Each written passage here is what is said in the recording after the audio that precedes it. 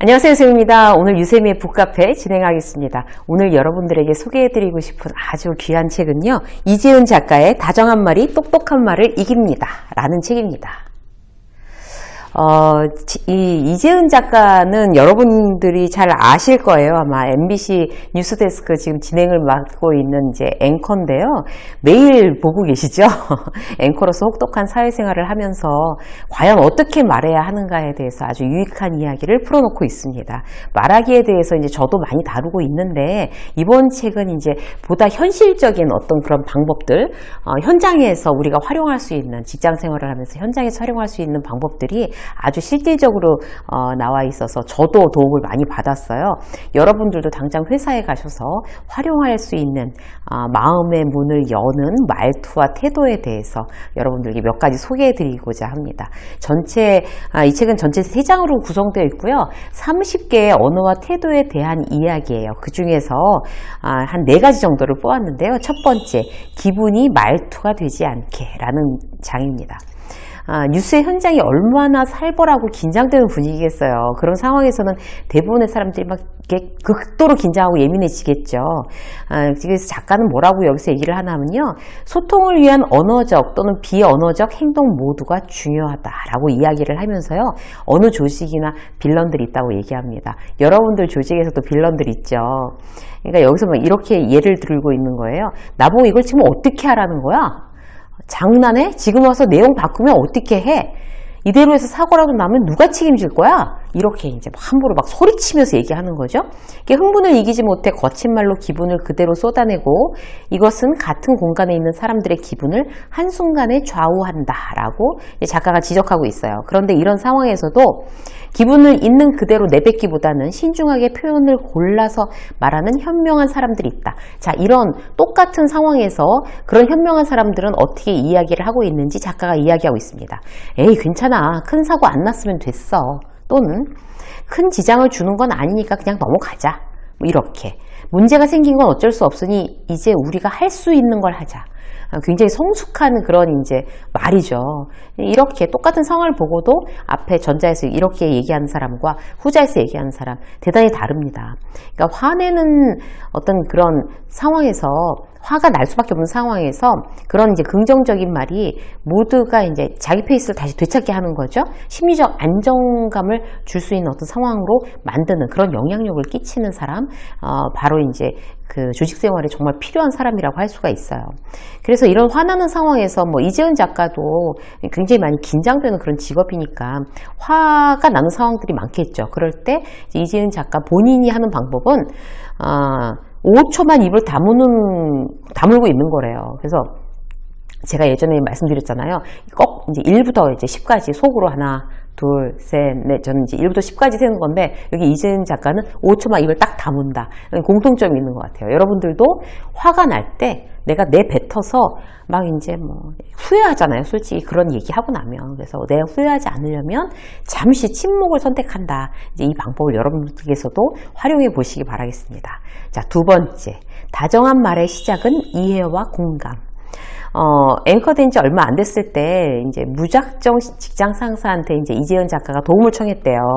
뉴스 인터뷰를 어떻게 해야 할지 모르겠는데 도와주실 수 있나요? 이렇게 이제 직장 상사한테 얘기한 거예요. 어떻게 해야 될까요?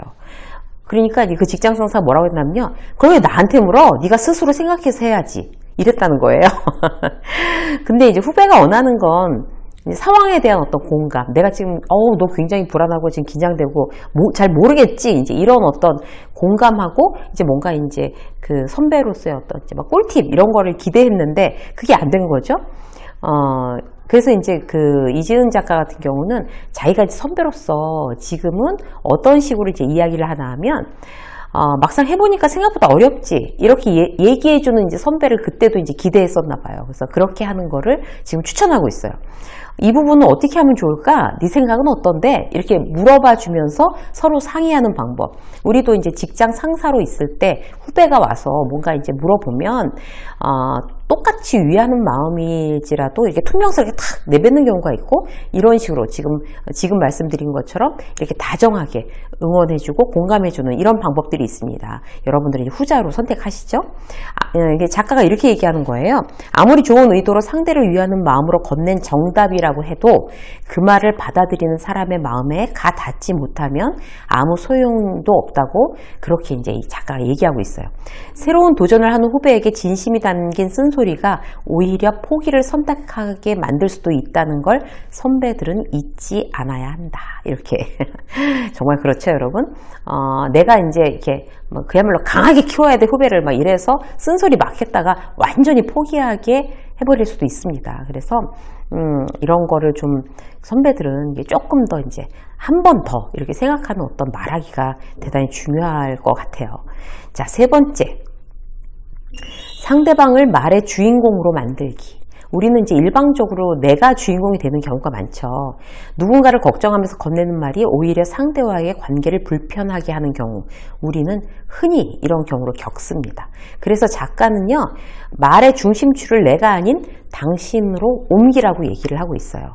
그러니까 마음과 의도는 선하지만 듣는 사람한테 이제 상처가 되지 않게 하려면 그렇게 해야 된다는 거죠. 상대의 입장을 조금 더 생각하라는 그런 이야기가 되겠습니다. 예를 들어 볼게요. 이제 동생한테 이렇게 얘기를 막 해가지고 동생을 상처 입은 경험이 있나 봐요. 여기 작가가. 어디야? 지금 몇 시인데 왜 아직도 안 들어와? 뭐 이런 거 있잖아요. 우리도 사실 잘 그러죠. 뭐 자녀들한테도 그러고, 그 다음에 뭐 동생한테도 그러고, 왜 전화 안 받아? 뭐 이러는 거 있잖아요. 이건 내가 중심이 되는 말. 이거 대신 동생이 중심이 되게 하는 말은 이런 거래요. 아, 늦게까지 고생 많네. 올 시간이 지나서 걱정돼서 전화했어. 막 이런 거 있잖아요. 내가 걱정이 돼서 전화했어. 많이 바빴구나. 힘들지? 잘 마무리할 수 있도록 기도할게. 누나가 기도할게. 뭐 언니가 기도할게. 뭐 이런 거요. 상대의 마음에 초점을 맞추고 그 사람이 주인공이 되는 말을 한다면 상대방은 나와의 대화를 더 이상 상처가 아닌 즐거운 일로 여길 것. 이라고 작가가 말하고 있습니다. 여러분들도 이제 상대를 주인공으로 만드는 어떤 말하기, 오늘부터 이제 한 번 더 생각해서 이렇게 좀 시도를 해보시자고요. 자, 한 꼭지 더 볼까요? 타인의 말을 현명하게 전달하는 법. 이거 제가 오늘 소개해드린 것 중에 이게 제일 저는 공감이 갔던 것 같아요. 누군가에게 말을 전해달라는 부탁을 받는 경우가 있다. 여러분들도 그러시죠? 이 얘기 좀 전해줘. 이런 거 있잖아요. 근데 여기 이재은 작가는요, 단호하게 거절하는 게 원칙이래요. 이럴 때. 타인의 말을 전달하는 것은 정말 어렵고 위험한 일이기 때문이다. 직접 얼굴을 보고 하는 말이 아닌 만큼 듣는 사람의 기분을 헤아릴 수 없으니까. 그렇잖아요, 여러분. 듣는 사람의 기분을 내 얘기도 아니고 이렇게 전해서 하는 얘기는 상당히 오해를 만들 수가 있습니다. 그런 일이 있었대요. 그러니까 우리 이재은 작가가 실질적으로 이제 근무를 하다가 선배가 이제 이재은 작가한테 이렇게 얘기를 한 거예요. 재은아, 다른 부서 선배가 네 방송보다 깜짝 놀랬대. 옷이 너무 별로라고. 우리 회사 아나운서 아닌 줄 알았대. 이 얘기를 들으면 다들 정말 이렇게 막 굉장히 당황하고 내가 정말 뭘 잘못했나? 이렇게 생각할 것 같아요. 예, 그래서 네, 그러니까 그런 이제 충고해 주셔서 고맙습니다라고 해서 이제 그 자리를 벗어나긴 했지만 이재은 작가 머릿속에는 계속 그 얘기가 이제 떠오른 거죠. 그게 무슨 의미였을까? 내가 그렇게 별로였나? 너무 부끄럽다. 이런저런 부정적인 생각에 이제 꼬리를 물고 급기야는 나한테 아나운서 자질이 부족하다는 그런 생각에까지 이르렀다는 거죠. 그러니까 옷 하나 잘못 입었다는 소리에 그러니까 자기가 완전 실패자가 된 것 같은 기분까지 느끼게 하는 게 이게 전달 방법에 문제가 있으면 누구한테든지 이럴 수 있습니다. 결론은요, 아무리 도움이 되는 말이라도 칭찬이 아닌 한 기분 좋을 리가 없다는 거죠. 그래서 전해드리면 더 생각이 많아지고 더 기분 나빠진다는 거예요.